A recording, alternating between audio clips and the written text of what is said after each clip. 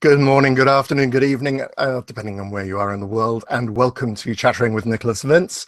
And you may have got that cut off. Anyway, hi there, guys. This week I'm going to be talking with Gary Smart and Neil Morris about The Offer. So, gentlemen, would you like to introduce yourself? And we'll start with Neil. Hi, I'm Neil Morris. I work with Gary as part of the Dead Mouse team. Been writing for quite a while, but never actually doing anything with it until I met Gary Smart a few years back, and hence I'm here to talk about some of the things we've been up to. Cool, excellent. Thank you very much indeed for joining us. And Gary. Hello again, Nick. I'm Gary Smart. Yeah, been here a few times. I'm the director of the company Dead Mouse Productions, and also the writer and producer of many of the documentaries, including obviously our new short horror film as well, The Offer. Right. Okay, cool. All right. So you just mentioned the documentaries. So perhaps we just kind of update people on where we're up to. Because obviously the first time that we met was on Leviathan. Is that right? It was, yeah, back in 2004. Actually, we met before then. We met in 2013. We did a screening of Hellraiser in Birmingham. That's right. Yes, of course we did. Yeah. How could you forget? And then obviously we re-engaged for Leviathan about 6 months later, early 2014, I think it was. And obviously that was to film that mammoth documentary, which we now love, which is Leviathan, which covered the first two Hellraiser films. And that was, just that screening that we did in Birmingham at the Custard Factory. It was, yeah, the Custard Factory in Birmingham. Yeah, the Custard Factory. That's the great thing about that was this is where Simon Bamford and I finally realized that we'd been telling completely the wrong story about how the makeup process, because we'd always said we'd had straws stuffed up our noses. That was it, yeah. Yeah. And Jeff told you off. It was Roy told us off. Oh, was it Roy? Yeah. It was Roy. It was Roy Puddington. He was there to say, no, we didn't. That would damage your nostrils. We put cotton wool. So it's thinking, that's great. You mean we couldn't, hardly breathe at all. It's not true. Basically, they do. Yeah. They left the space, basically. It was, yeah. It was the Q&A, actually. That was the whole reason why Leviathan actually happened, because obviously I was a big fan of Hellraiser, especially Hellraiser 2. And because I've seen you guys on the stage, it was you, Ken, Roy, Simon, and obviously Jeff, and seeing you guys interact and all these stories coming out. And also, as you said, some of the stories we've learned from the internet, which some people go, actually, that didn't happen, this happened. We thought that's obviously going to be an interesting documentary. So that was really where it all came from, was that kind of first kind of Q&A. So right. Thank you. Your fault. And I'm quite happy to take responsibility for helping with that. A lot of people have really enjoyed the Leviathan documentary, and it's a really smashing piece of work.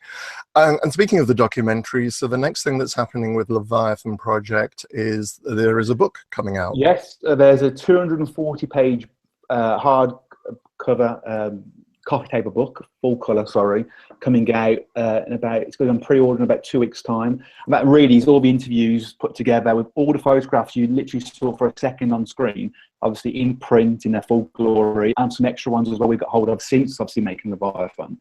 So it's gone for a long time. Oh, sorry, Gary, you're breaking up. Yeah. Okay. Sorry. It's all right. Can you hear me now? We can hear you now. I think it's basically because you're getting so enthusiastic. Your microphone's waving around. I'm knocking my mic. Yeah. You're knocking your.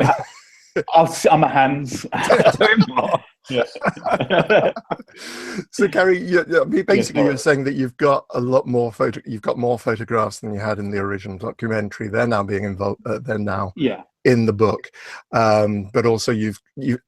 Is it transcriptions of all the interviews, or? It's a bit of both, yeah. Christian Sellers, who wrote The Complete History of Return of the Living Dead with me back in 2010, he's written this book, and it's more kind of a narrative structure as opposed to transcribes. Obviously, the interviews are kind of interweaved within the narrative, so it's a little bit different to the Return of the Living Dead book and the Brewster book. But it's it's a fantastic read. Obviously, it covers the whole history of Hellraiser and Hellbound, and also our journey at the end. The last chapter is about obviously how Leviathan was made, obviously meeting you guys and whatnot. But again, for me, it's kind of sounds a weird way, a bit of closure, because Leviathan's been such a long journey, and getting it right. And obviously, you know, personally, regards to a documentary, you know, a lot of people love it, but I watch sometimes, and there's elements where I know we could, you know, we made mistakes and we were under pressure, you know, we didn't have full control over the final edit. So this is an opportunity now for obviously getting our kind of stamp on it, really, as obviously cult screening. So I'm really proud of this book, and when it comes out, I think fans will love it as well. Excellent. I think with the work you were doing then, Gary, it's when I first sort of got together with you and watching you go through that process. You cut your teeth on that project, and like you say, the mistakes that you made, it's really allowed you to realise, you know, it's always good to know what went wrong rather than sometimes what went right, so you can actually push forward. Leviathan's a weird one because it's like, you know, talking about Marmite earlier on, it's a lot like Marmite Leviathan, because some fans absolutely love the fact that it's 9-hour documentary. It's like a kind of educational video, in depth, and other people say, you know, it's a little bit too long, a lot of talking heads. But for the majority of people, to be honest, really do love it. Obviously, when we went on to You're So Cool, Brewster, we took a lot of the things we'd learned from Leviathan, and obviously then, you know, ironed some creases out really on that. And obviously now we've moved on with RoboDoc as well. Right. Okay. Well, before we do that, a question coming from Michael Seats: is the Hellraiser book going to be available through the Cult Screenings website? Yeah. So we're available in about 2 weeks. We're waiting for the proof to come from China, which is the hard copy. We always ask for a hard copy proof just to go through it, make sure obviously it's perfect. As soon as I'm happy with that, we'll go on pre-sale. Now, the normal kind of process for our books with Beware the Moon and the first Return of the Dead book, it's about a 6-week process with regards to the proofing, pre-order to delivery. So it should be on pre-order in about a week, 2 weeks time, and available really by about July. I know obviously we'll probably talk about it in a minute. We've had some issues with our Fright Night book, but that is unusual with regards to the time length on that. So it should be about a 6-week process. So yeah, there will be a link very soon being advertised on our Leviathan page on Facebook. Cool. Okay, so that's what I'm looking forward to seeing that, because I really enjoyed the other 2 books you've mentioned. Yeah. The Beware the Moon, and what was the other book? It was Return of the Living Dead, Trioxin 245. Yeah. Return of the Living Dead. Both of those really, really interesting books, and beautifully produced as well. Thank you. Okay, so the other book that I know you've just also been working. Actually, there's lots of books, but the other book, which you haven't got a film documentary, and that's Lost in the Shadows. Where are you up to with? So Lost in the Shadows, the story of Lost Boys, was kind of, it's all down to Paul Davis regards obviously the conception of it. I mean, I love Lost Boys. I mean, I remember being a kid and just being obsessed with, like, me and my sister loved it. Our Uncle Scott looked like David, the head vampire. So it's kind of, you know, it's kind of weird film for us in our youth. And so when Paul approached me and said, listen, we've done Beware the Moon, I want to do Lost Boys next. So I jumped at it. So straight away, you've got to do it. Unlike Beware the Moon, where we all done the documentaries, we had transcribes. You had to start from scratch, really, like we had to do on Return of the Living Dead. So it's been a longer process, but about 3 or 4 days ago, Paul submitted the final proof of the text and also over 1,200 images.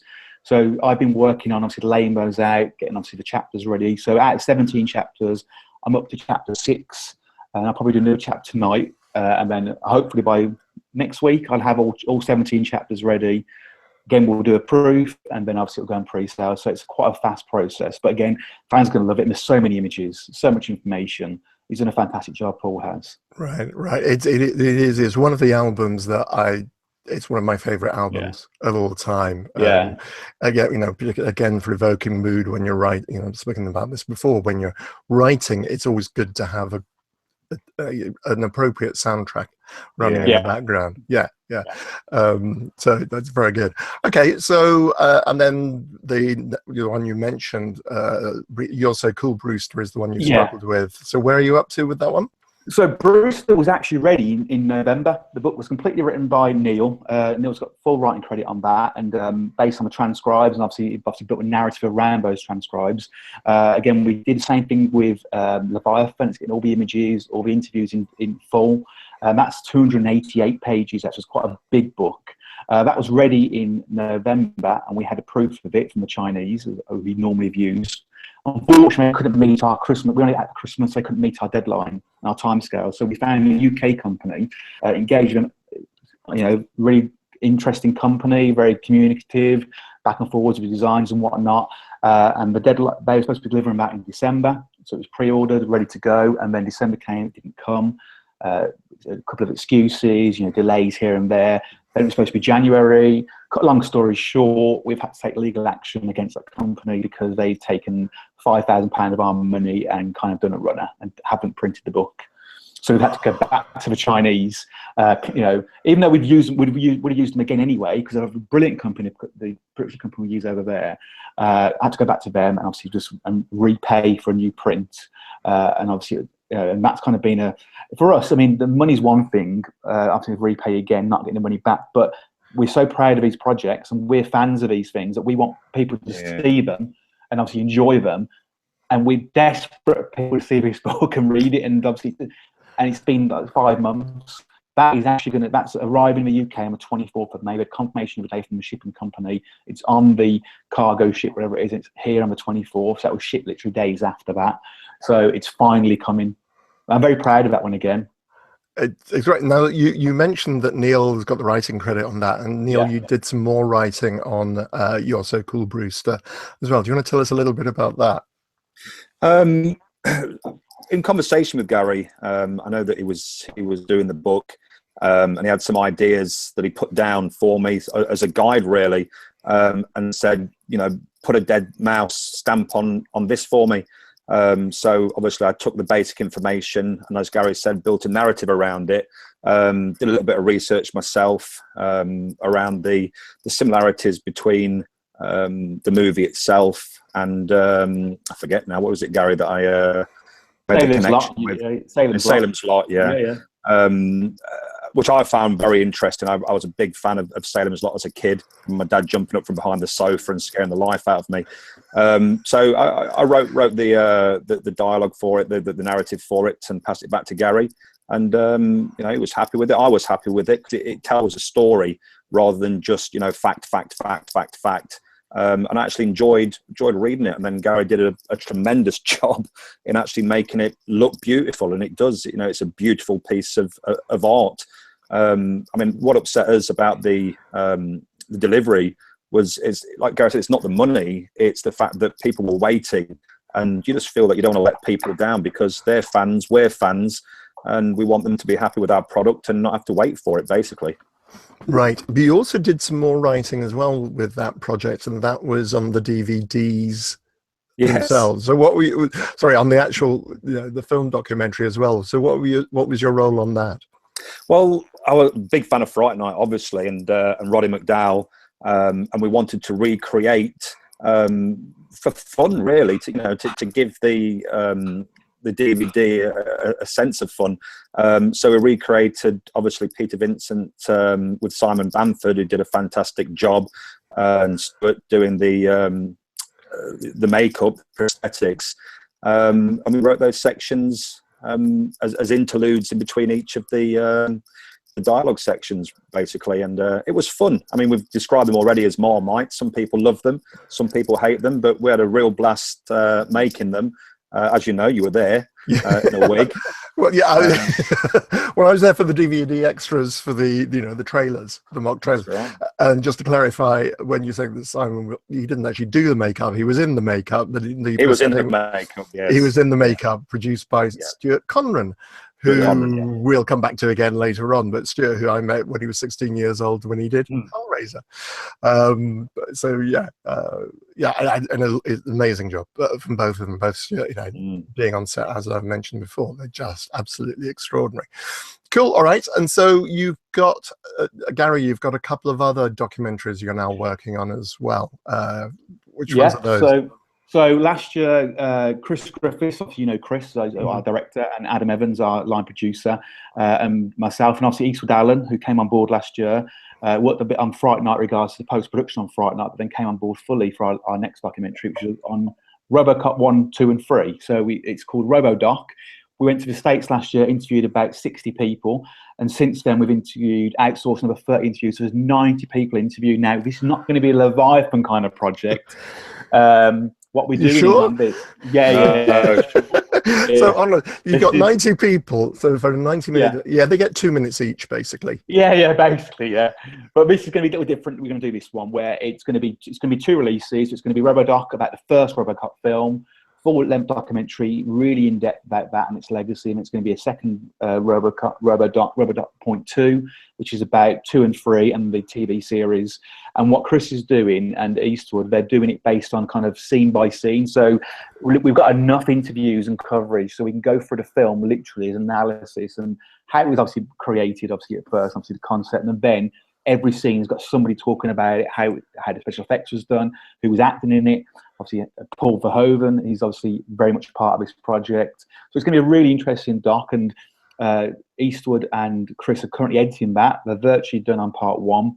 And the good thing we've done now, we haven't got ourselves a release that going, we've got to have it done by so-and-so, because we've learned from that in the past. Because again, a year might be a long time between productions, but when you're working full-time in other areas and you obviously work on other projects, it goes pretty fast, that year does.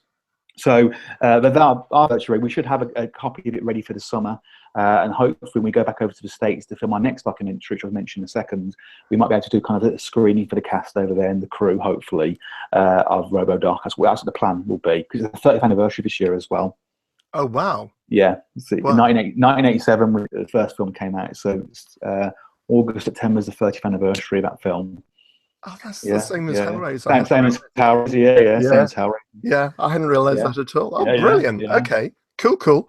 All right, and then and the next one you're working on, because obviously you just have got so much spare time. Yeah, it seems like it. The next one is it's a favourite of mine again as a kid. It's one of those kind of, it's a TV series, but people call it a movie. It's one of those kind of TV series, kind of iconic things that people remember, even if you haven't even watched the show, they know who he is, and that's obviously Stephen King's It and Pennywise the Clown.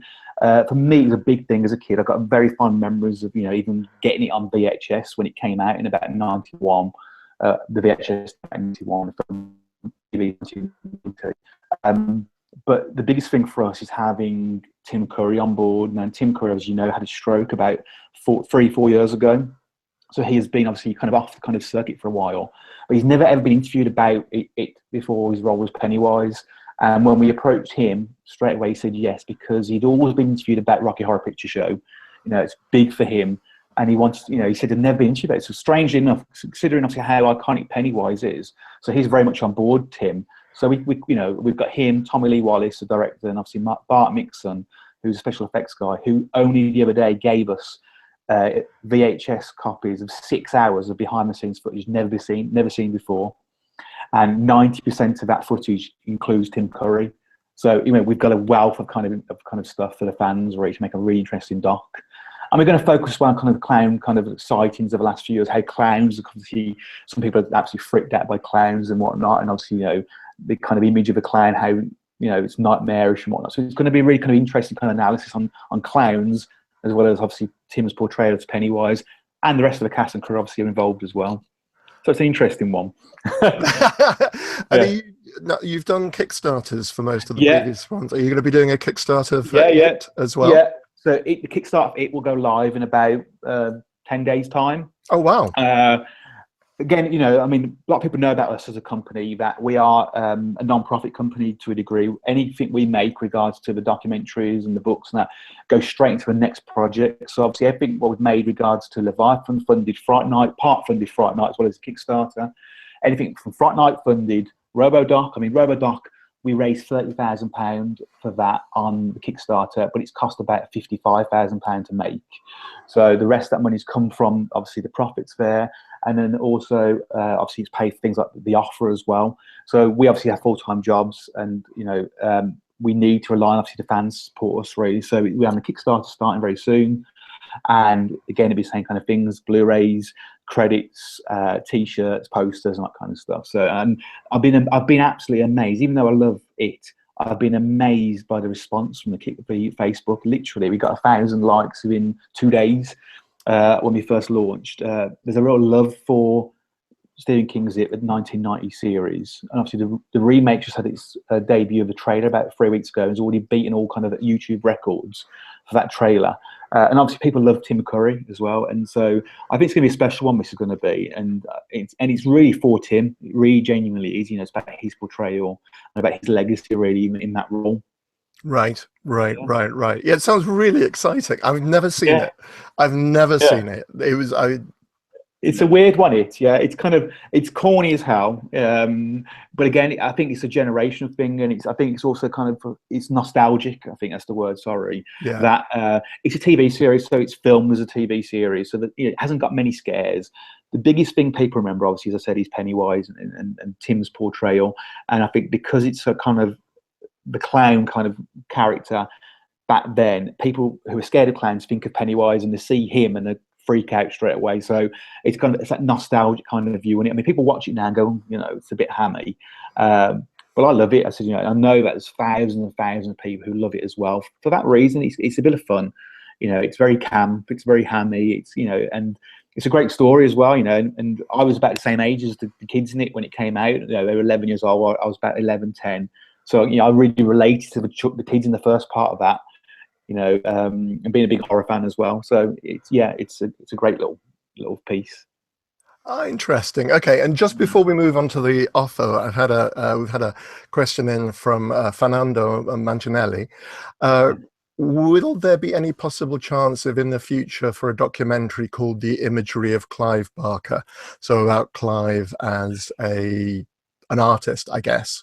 I believe that there is a documentary being made currently about Clive and his works from Tommy Hudson and Mikey Perez. They've been, I mean, we work closely with Mikey, obviously, on RoboDoc and Pennywise, and Return of the Living Dead documentaries. I know Tommy quite well. They've been working on a project with Clive for about 2-3 years now. We were doing Leviathan, they were starting it, and that's a big project about all of Clive's work as an artist, as a writer, as a filmmaker, and that's, I think, it's a very long project for obvious reasons. Yeah. So there will be one day a kind of you know, this mammoth kind of documentary about Clive as a person, about him as kind of, you know, the genius that he is. So yeah, watch out for that one. Brilliant. Cool. Yeah. Excellent. Okay. Right. Okay. So let's start talking about the offer, at which point I'll bring back Neil. Been listening. Yeah. No, obviously I met Neil when we first came to do the filming of the Fright Night documentary DVD extras, as we mentioned. But your role on the offer, perhaps it's kind of a question for both of you. Why did you decide to move from doing documentary to doing drama? Me, sorry. Either, well, both of you, really, I guess. I switched off then. I love filming. You know that, talking to you personally. I mean, I've loved film since a very early age. I know Neil has well, and so is Chris. I mean, Chris is a massive aficionado, and Adam's a big film fan. And for me, you know, the documentary has been amazing because we've met guys like you, and we have made good friendships with people, and celebrated the films that we love. But what it's done, really, is kind of taught. You know, it's not. I haven't been to film school, but what it's done, I've had my lessons and kind of teachings on film have come from documentaries and meeting people who have kind of nicked their ideas and their experiences, and kind of, you know, one big shout is probably Chris Figg, because I sat down with Chris Figg, a long chat with him about filmmaking and whatnot, and how he produced the Hellraiser. And one bit of advice he gave was the reason why we did Hellraiser was the first Clive Barker film was because it was a simple story, it was one location and minimal cast. And I had that in my head for a very long time, going, you know, you've got to think of something which is simple, easy to do to a degree, regards to obviously location-wise and obviously cost-wise. So we done obviously the Peter Vincent stuff, and that was a narrative kind of thing. And obviously it was writing a script. Neil did a fantastic job writing a script for Simon as Peter. Obviously it was filmed and blocked, and especially fake makeup effects. Obviously a fantastic actor in Simon Bamford. And then last year I was at Fright Fest, which I saw you at again, and I was sitting there thinking, you know, we're on this side of the table talking about documentaries and our projects. These people on the other side just celebrating their work as filmmakers. You know, we love film. Why can't we do that? You know, and we'd always talked about a narrative film. About we wrote a script about 3 years ago called Stained, which we had Ken in mind for, Ken Cranham, and we was kind of, it got big and it got kind of like, you know, as these things do, they grow and grow, and it's like 15 million locations and whatnot. So we kind of put that to bed and concentrate on the documentaries. Anyway, so last year I was sitting there at the show. You know, you have a lot of time sometimes between the films to sit there at these desks and kind of just think, really. And I thought, what would be a good story, which is simple, like Chris Figg said. And I came up with an idea of a story called The Inheritance, which was about 7 people who go to this house. It's very Hammer horror, very Inspector Calls, that kind of stuff. And Neil go into that as well, where 7 people go to a house for an inheritance reading where they've been told that someone's left them some money in a will. And basically, they're locked in a room, and one by one they get killed, and there's a big twist at the end. And I went, that was back in August. I saw Neil in September, went through it with him, and typical Neil went, that won't work, that's crap, blah blah blah blah. And we sat around Neil's house and just thrashed it out, the story. Adam got involved, and we came up with this kind of idea about take away the inheritance. Let's just say someone just leaving money to someone because they wanted to do good. You know, this host wanted to do good for the people, and he'd randomly chosen these 7 people to come to this house. And obviously, you know, these people are a bit greedy because they've been given $5,000 in cash already, so they know it's not a hoax. They go to his house, and then literally it all kicks off. So that's okay. I'm going to interrupt you there. Neil. Yeah. Hey. All right, mate. I'm still here. I'm just waiting. Yeah, but you're not important, Neil. So tell it. I was going to say, because I'm sure Neil could tell us a little bit about. Sorry to interrupt, Gary. That's rude of me. But yeah, so Neil, what's your, what was your perspective? Gary's explained how it came to about, and then what they gave you. So what? And you say, yeah, that bit's crap. What were you thinking about it? Well, we sat in Gary's office, and usually he tells me he's had a dream about something. And comes up with some crazy story. It's like Peter Pan, Gary, and that's the beauty of Gary. He's like a 12-year-old boy, imagination-wise. He comes up with all these crazy ideas, and he came to me the idea of the inheritance. And I said, well, if you write something down, your basic ideas, now, as we were talking, we can actually start putting something together. So he put some ideas down, and I was saying, no, I don't like that idea. And I said, I want the sins involved, etc.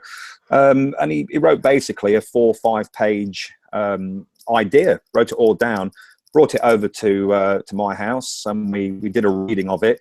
And like Gary said, I just sit there going, no, that's not happening. I'm not having a face mask ripped off and revealing somebody. No, not happening.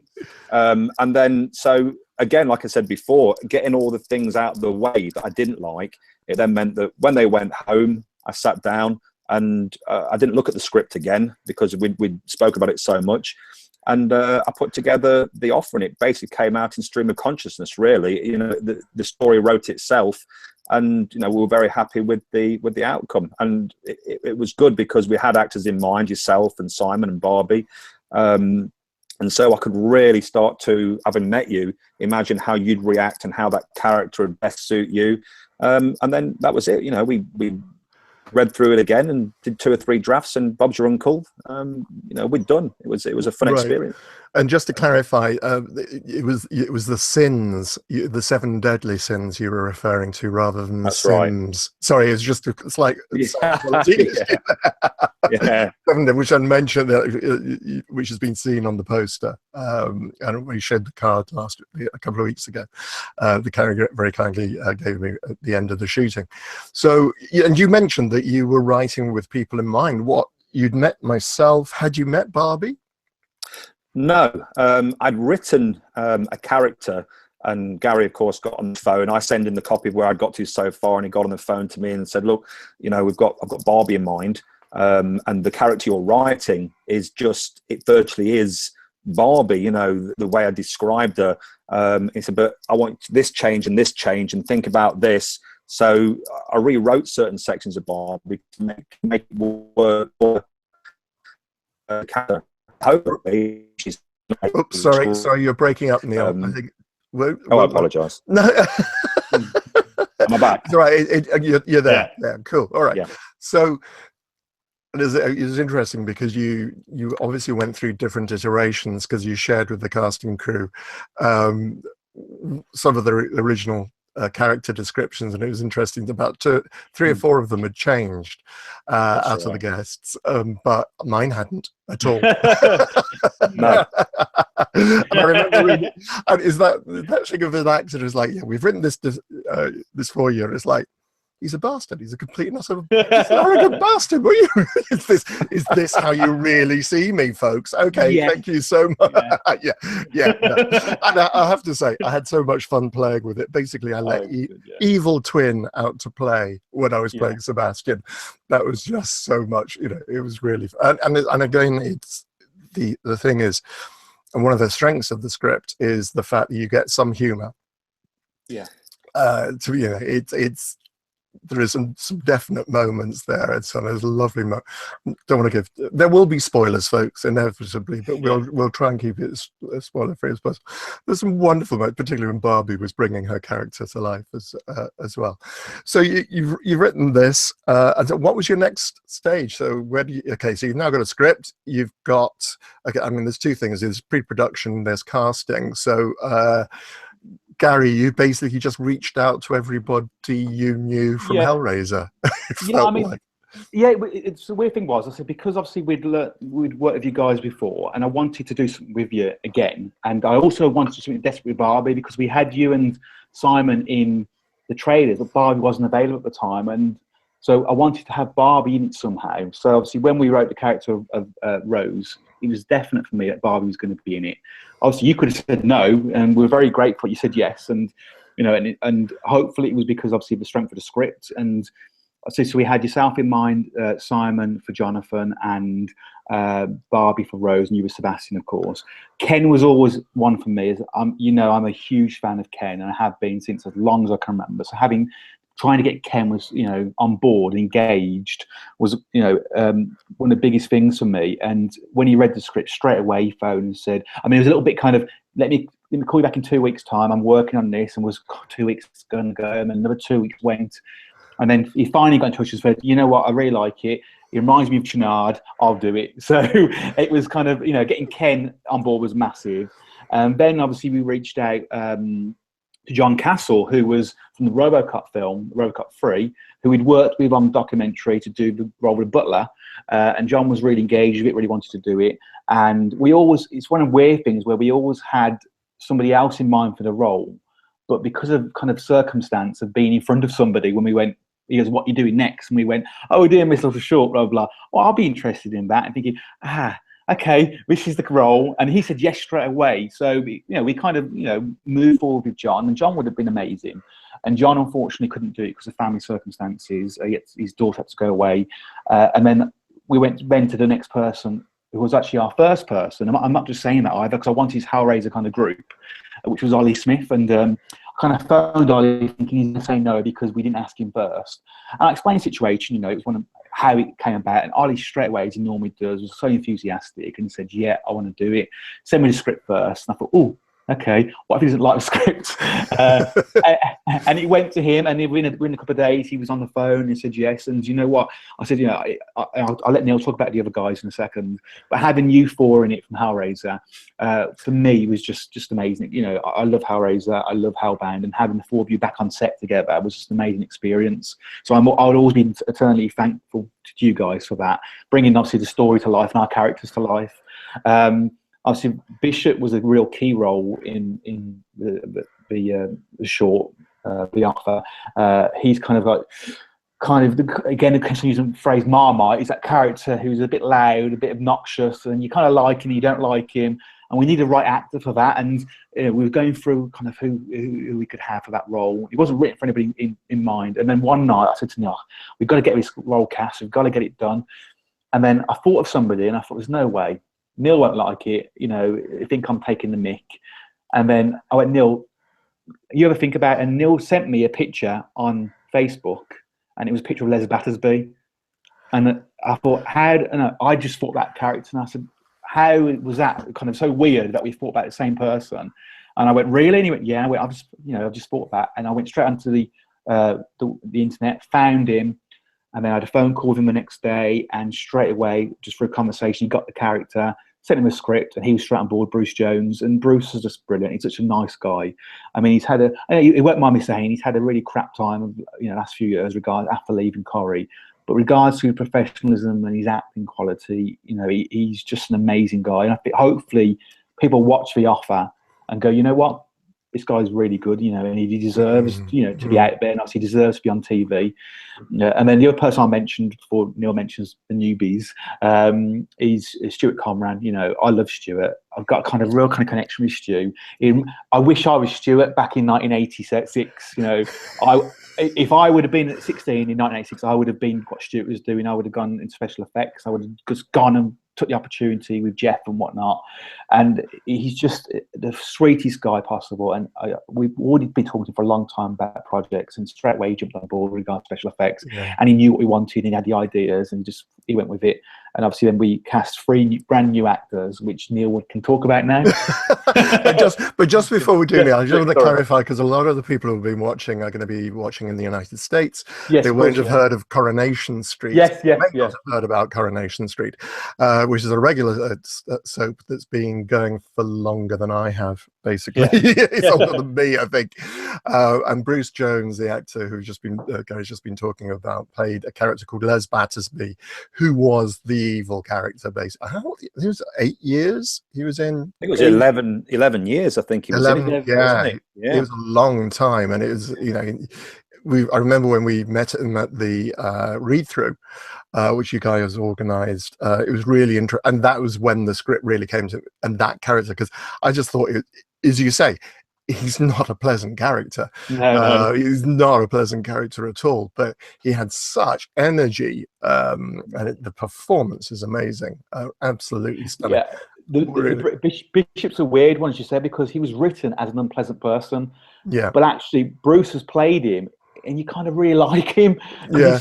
He's so loud, and then you feel sorry for him all the way through, because he's just put on his kind of front all the way through it, like a bit of Del Boys, a bit of a kind of Boise, and I think he's insecure though, isn't he? I mean, that's the point.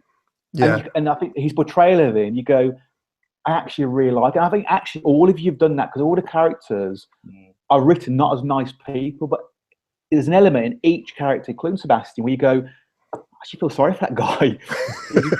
There's one scene with you where, I won't go into too much detail, I posted a photograph the other day with you with a glass of champagne, and you say something then about, obviously, what's the bloody point? And you kind of think, I feel for that guy. I don't want you to die. I mean, it's really interesting, because we shot that over 2. We reshot that. We did that. Right, we did it at the end of one night, and then we did it again the following day, and slightly with more characters and so on. So it'll be interesting to see which performance makes the cut. But none. Wait a minute. There's certainly lots of cuts in it. Literally. And your performance. I see myself being airbrushed out of the poster. But yeah, it's extraordinary. It really is a wonderful, wonderful performance. So Neil, tell us about, you mentioned, because we had 3 young actors who joined us.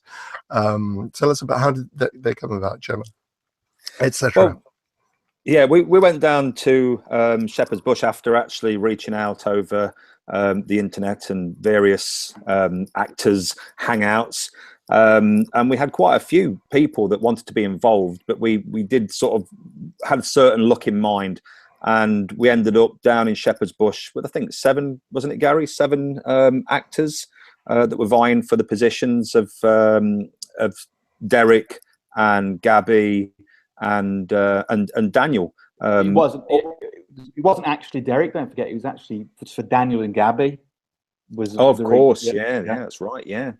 And we got them to do a couple of sections. They brought their own piece to read, and they were all fantastic, very talented, and we sort of sat in awe, really, how these young actors could come and just be so passionate in their reading. And they also did a section from The Offer that we chose, and Daniel, who we were looking for, we ended up choosing another actor that had gone for that role to play Derek, because Stanley was tremendous, and we were both blown away by his ability, and we knew that Derek was quite an integral role for the offer. And if Derek as a character didn't work, it could really jeopardize the whole thing. And we chose Stanley to play Derek, and thank the Lord we did. It was amazing, as was Gemma playing Gabby, and Darnell.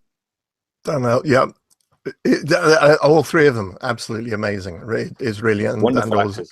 Yeah, really, really wonderful acting. And again, it was really interesting. And the fascinating thing about Stanley is he's actually studying to become a doctor. Yeah, wasting his time. Yeah, he's a very intelligent young man, and you see that in his portrayal of Derek in the piece. I mean, even when he wasn't on set, I didn't want to look at him because he was frightening me. I mean, you can see that. I think, is he actually a sociopath? And we didn't actually realise. What have we done here? Is that a real machete? But he'd sit in the corner and he'd be rocking and staring, and you're thinking, well, we're not on for 15 minutes, and he's sitting there psyching himself up, and I'm thinking, my God, this boy is going to be good, and we weren't disappointed. Yeah, Stanley is a very interesting actor. And as I say, I think the character particularly is silent for an awful lot of the movie, and he manages to really convey that. As you say, all three of them very, very, very good. Yeah. So you got the three. One thing I didn't mention when we were talking about this earlier on: location. How did you find the location? Well, we had obviously the usual kind of sites and whatnot, looking for locations, and there's lots of location sites available online. We went through those. We found one in Leicester, which was a kind of a derelict old age pensioners home, which was really good. It had the look we wanted for the offer. Unfortunately, we tried to do a recce there, and the people owned it would go back and forwards. And then by default, we found this old building called Reevesby Abbey in Boston, Lincolnshire. And I said to Neil, "What do you think of it?" And the photographs we had, the place was derelict. The rooms, what they were advertised, had no floor. And I thought, and then Neil went, ceilings, Gary. Or ceiling. And Neil went, "I don't think we can use that." And I went, and then we decided we'll give it a chance. Go down. It's about a 2-hour drive from Birmingham. Go and have a look at it. We went down there, met the owners, who were such a fantastic couple, and the son James and the other two sons. They were such a nice couple. And they're so enthusiastic. Listen, we're going to have a floor soon. We'll have a floor, in 2 weeks' time. And we kind of took a risk, really, with them that they actually would have a floor in the room we were using, and that all the stuff outside in the corridors would be gone. And it just was brilliant. I mean, it really kind of, the offer is about this kind of surreal, kind of weird surroundings, and the whole thing's surreal. It's like a nightmare. And this building really adds to that. And the building itself is haunted, allegedly, and it has all these ghost walks and hunts in there. And we had a good look around the house, and there's a nice vibe to it. It's a character in itself, the house is. So I'm really happy with it. I think what you said before, we were talking about nostalgia, Gary, I think the offer does have a real nostalgic feel about it, and the house really is a part of that. I mean, the room especially, like you say, it didn't have a floor. And I remember going in the first time when it did have a floor even, and thinking, really, how are we going to make this work? But then when you go for a walk around the house, and we got some period furniture and some wonderful etchings, and we put everything together, it just came together tremendously. And then with Terence, obviously our director of photography, when he showed it as through the lens of his camera, it was like, is this the same room? It was a strange experience. So, and I think they'd only recently put in the electricity. Is that right? Yeah, about 2 weeks before we arrived, they had electricity. So we went 2 weeks before to a lighting test, and they just put it in. And that was obviously a worry. I mean, you have all these concerns. I mean, when you're making a project like this, your concerns obviously with the actors. They're going to turn up. Regards to hotels, funding obviously is a big concern. And then obviously, your insurances, your equipment, and then obviously you have to have the added worry about the location. Would it work? Would it have electricity? Would these people actually let us down or not? And they didn't. They were amazing people who owned that house. And I mean, genuinely, when we were there, they looked after us. They gave up their their actual home. They're part of their home. It was very cold whilst we were filming, and basically they lovely photographs. It was so cold. So they had this wonderful log fire which they just kept on going. So basically, they gave up their living room. You just had actors shivering sleeping. They were brilliant. So I think it's a location. It was a long way to get there. It was 2 hours from Birmingham, and the hotel was about half hour away, so that had its obviously issues with regards to once you guys were there and we were there, we kind of stuck there. But in hindsight, when you look back, I think it's just such a character in itself, and it looks amazing on screen. The room looks, as a set, looks amazing. I think the room for me was very reminiscent of, there was a 1970s BBC production of an Inspector Calls, which was a big pull on my imagination when I was writing the offer. And there's that scene, as you know, Nick, where the doors open, revealing the table. And it was just made me shivers down my spine, because I thought that was the look I wanted. And, Gary sort of pulled it out of the bag, really, because I was the one saying, no, we can't use this place. And, well, yeah, we did. And it worked fantastically. So well played, Gary. Where did you get the furniture from? The furniture was actually sourced from the house itself. I mean, majority of little bits of props and whatnot, obviously we sourced, and like pictures and kind of ornaments and whatnot. But the actual furniture was from the house. It was literally me, Neil, and Adam went round and salvaged from various rooms a chair from here, a table from there, a cabinet from there, and they were brilliant, the house owners, by letting us use the stuff. I mean, and we did them a favour. We cleaned the stuff up for them. We was there scrubbing furniture and scrubbing the settees and chaise lounge, what they're called. So it was kind of interesting. It looked wonderful, absolutely. I mean, I put one of the photographs, and if you head over to the Facebook page, folks, just have a look at some of the photos. It looks amazing. And you mentioned the etchings that feature members of the cast. We'll have a look at. You'll see it in the movie. But, I mean, a shout out as well. Obviously, a lot about how it looks. As Neil's already mentioned, goes to Terence and Chris, Chris Griffiths and Terence Wilkins, our director and our director of photography. What Terence can do for the cameras, as Neil said, unbelievable. It just took me back completely in regards to the shots. And then what I've seen after, so I've been through every single clip now, obviously for the edit with obviously our editor Nick Helmsley, and to see it before it's colour graded, and you're going, wow, and then when you see it colour graded, you're going, bloody wow, it's just kind of, it just looks. I'm really, really proud of it. I genuinely am proud of that project. I think. So, where did you mentioned Terence? How did you find your and obviously Chris Griffiths, who's been on the show a couple of times before, but where did you find Terence? Well, Terence is an old friend of Chris's from university. There's an interesting story there. Chris couldn't stand him at university because, as you know, Terence is an amazing guy, Justin Bieber lookalike. Very tall Justin Bieber lookalike. Justin Bieber, big feet, big massive feet. Size 13 apparently, so anyway, he had gone to university with him, and then they became friends. Actually, we had to work on a project together in when he was studying film, and Terence came on board really when we did obviously the Peter Vincent segments of Simon's Peter Vincent segments, and I asked him could he be involved in this. Obviously, Chris asked him, and he said yes straight away. He is a freelancer. He works solely in corporate world and doing adverts and really big kind of expensive adverts he works on. So him to give his time to work on this for free was just amazing for us, and he wanted to put his stamp on something, which is a narrative, and obviously to get his name out there in that way. And he brought along Ben, who was his kind of assistant on camera, and also Chris brought along Sam from his workplace, who did the boom and sound, and Luke as well, who's an old friend. So we had an amazing crew, really. I mean, it was a tough shoot, as you know. It was a very tough shoot, and we were put in one room, and obviously we were stressed out. But those guys stayed in that room from 8 o'clock in the morning till 1 in the morning, and didn't leave that room.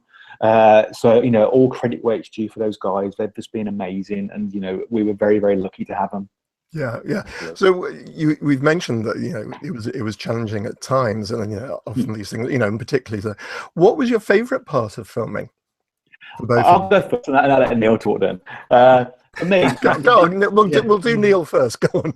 Oh, it'll be my story, Neil will. Well, that's fair enough. Yeah, you do. All right, you go first then, Neil.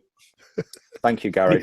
Nick likes you more than me. So my favourite part of filming is a very difficult question, because for me the whole experience was wonderful. Obviously, seeing words that you put down on the page being brought to life so well, being produced so well, being directed so well by Chris, and the lighting by Terence.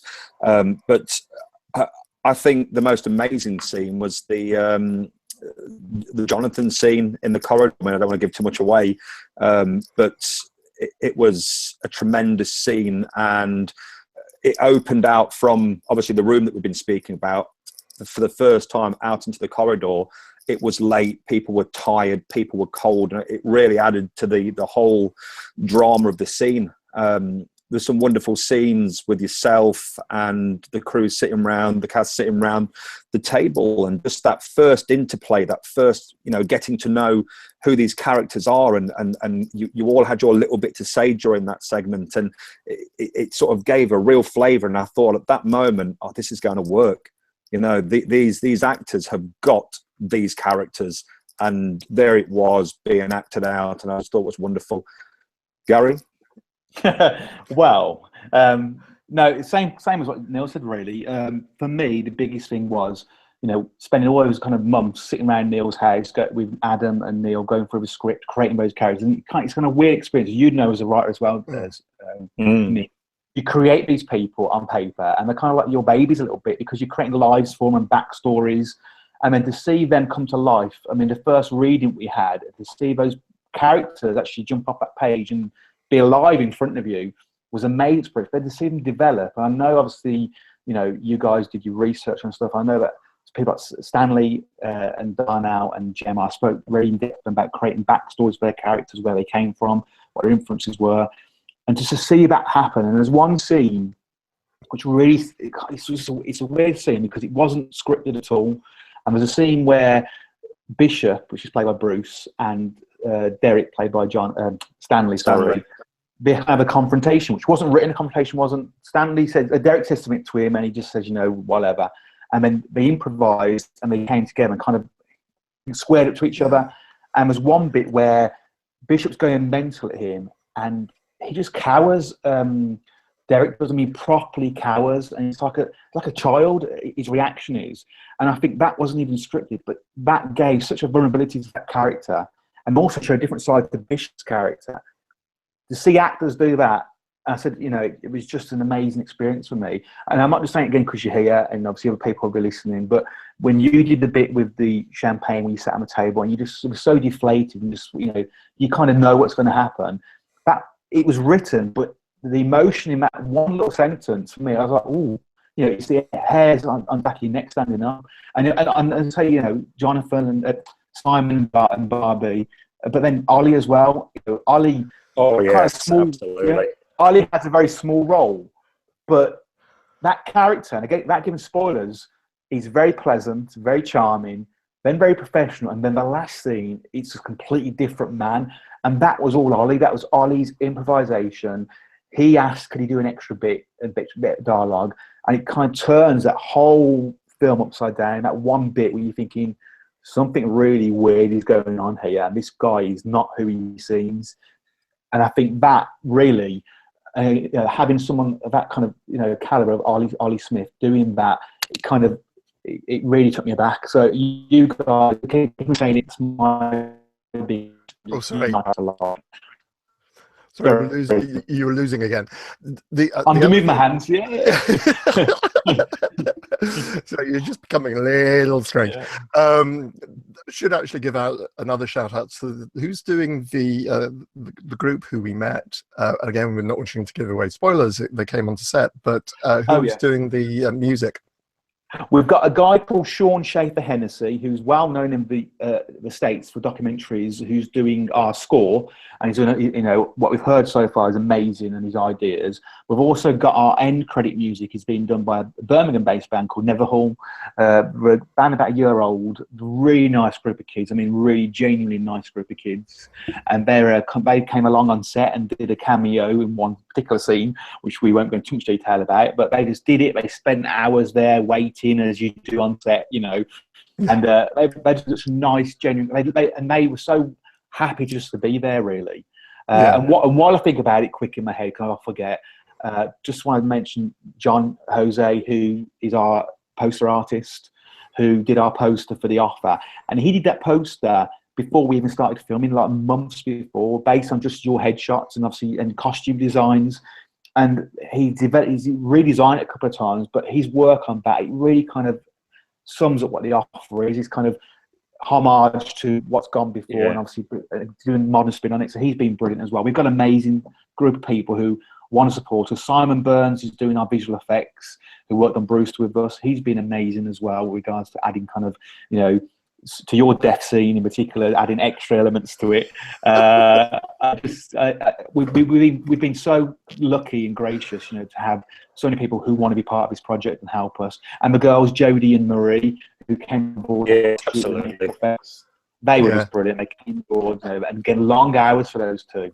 Yeah, and also, I mean, as I say, we mentioned Stuart Conran, who's working on the special effects. Also, shout out to Danny Stewart, who's part of it as well. You know what, Danny, it's a spoiler, but you read the credit list on the Internet Movie Database, you know he plays the Gimp. And you know what, and it's a weird role in the sense that I wouldn't do it, and Danny came and said, yeah, no, I'll do it, no problem. And he did that scene, and it wasn't until I got home and rewatched it when I was doing the edit kind of narrative with her editor. What he does in that very small role, it just took me aback. He just, again, the kind of vulnerability and that kind of the aggression in that little role, just by his actions. And yeah, I love actors, but he's a good actor, Danny. He's a very, very good actor. And I think for me, Gary, on that scene you were talking about, Ollie going from the doddery old man that you would help across the street to suddenly see him turn into Bill Sykes, basically. Yeah, with Danny as the dog. And Danny's bullseye. You know, and just we all sort of stood there going, "What the hell?" I mean, he was doing the lines, but we never envisioned them in that way. And he'd got it in his mind, "I'm going to do it this way." And he'd obviously spoken to Danny, and it was mind blowing. Everyone was sort of a bit spooked out by it because it was so powerful. I mean, I think, you know, Danny's portrayal of the Gimp was, I mean, the fact that he stood there for hours in his underpants. Not the most comfortable of costumes. And that it was freezing cold. That wasn't the costume either. No, I said you didn't have to wear them. But having that makeup applied so brilliantly by Jodie and Marie and by Stewart, but just for that one scene, and it was just... As Gary said, it's one of our favourite scenes. Stunning scene. Yeah, it's having seen some of the look through the viewfinder. It just looks extraordinary. Yeah. I mean, the value is extraordinary.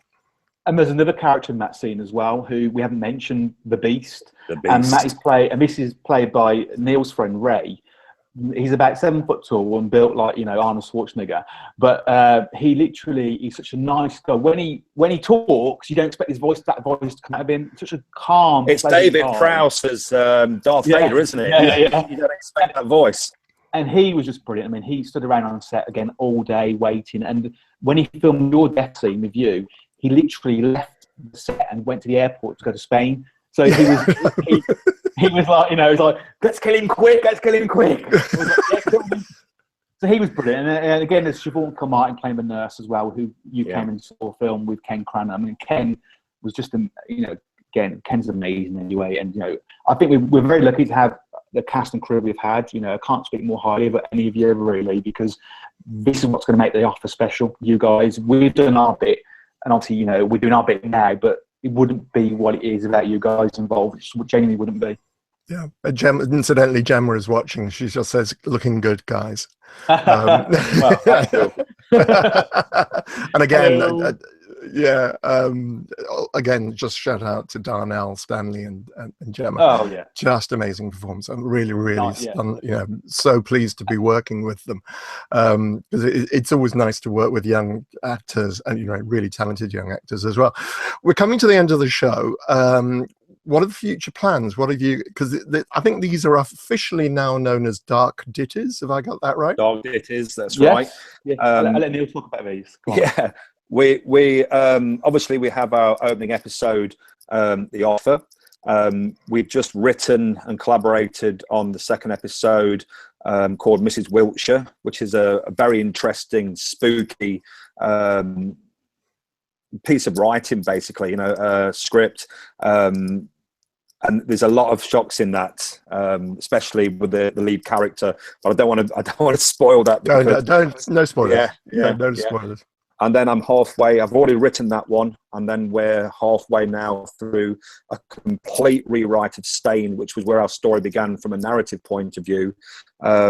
Before I'd learned not to overwrite, before I'd learned not to describe everything to the minute detail as if I was reading a novel, which has been a real journey for me to actually now literally say interior, room, old-fashioned, woman stands by a cabinet. Before it had been a mahogany cabinet draped in blood. It comes from my literature background of reading Hardy and Dickens and thinking how to describe everything. And Gary's saying, we're on 140 pages, will you please just stop? But I think we've got there now, Gary, haven't we? And then we've got 3 more to write after this, which will make the 6 Dark Ditties, and then we'll be done and on season 2, hopefully.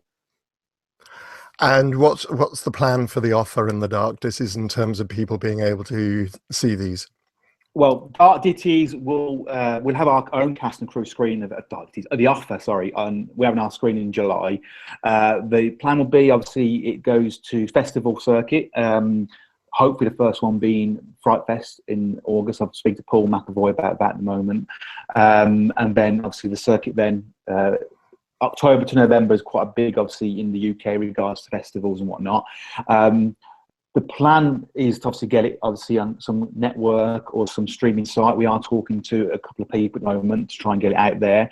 And, we've already committed to episode 2 ourselves. It'd be nice if we can get funding for that elsewhere, but we've already committed to funding episode 2.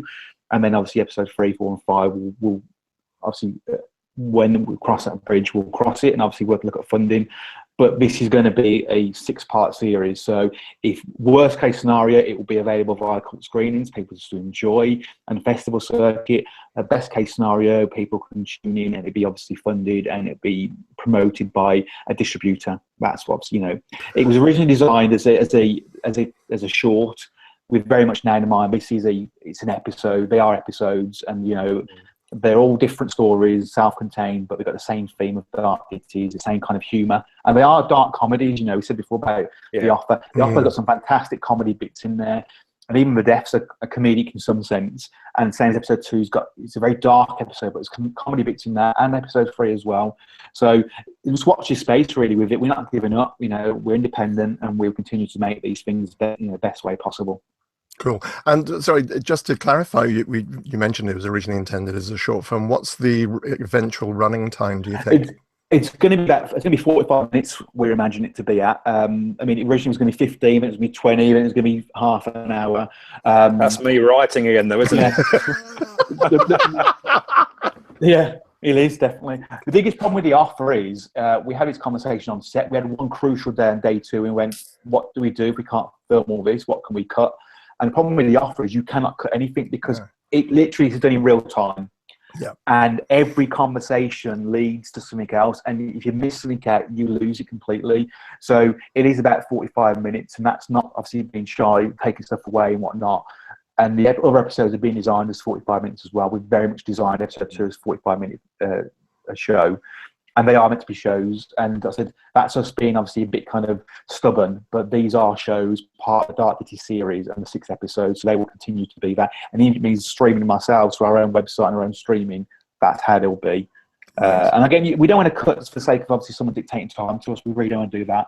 If people want to watch, if distributors want to see it, that's what it is. You know, that's the timing for it. I think with it, Gary, the fact that they're so dialogue driven means that if you cut you take one piece of that puzzle out, you don't get the final picture. And we really wanted the twists, and didn't we? And we wanted them to be built into the storyline. And we want people to laugh and cry and be afraid at the same time. And like you say, everything was necessary. There was no cutting for anything. So the 45 minutes really is where we should have been in the first place, I think. Yeah, it's interesting. I mean, one of the things is that you say there is a lot of dialogue when you look at the script, but I think one of the great things that Chris Griffiths brought to it was the fact that, you know, there is always something happening. It doesn't feel, it really doesn't feel as if you've got, as if it's a stage play or something like that. It, you know, once you've seen it filmed, and from everything I saw on set, you know, there's lots going on. So it doesn't feel like that at all. That's brilliant. Okay, so we'll keep fingers crossed for Fright Fest and for all the other stuff and so on.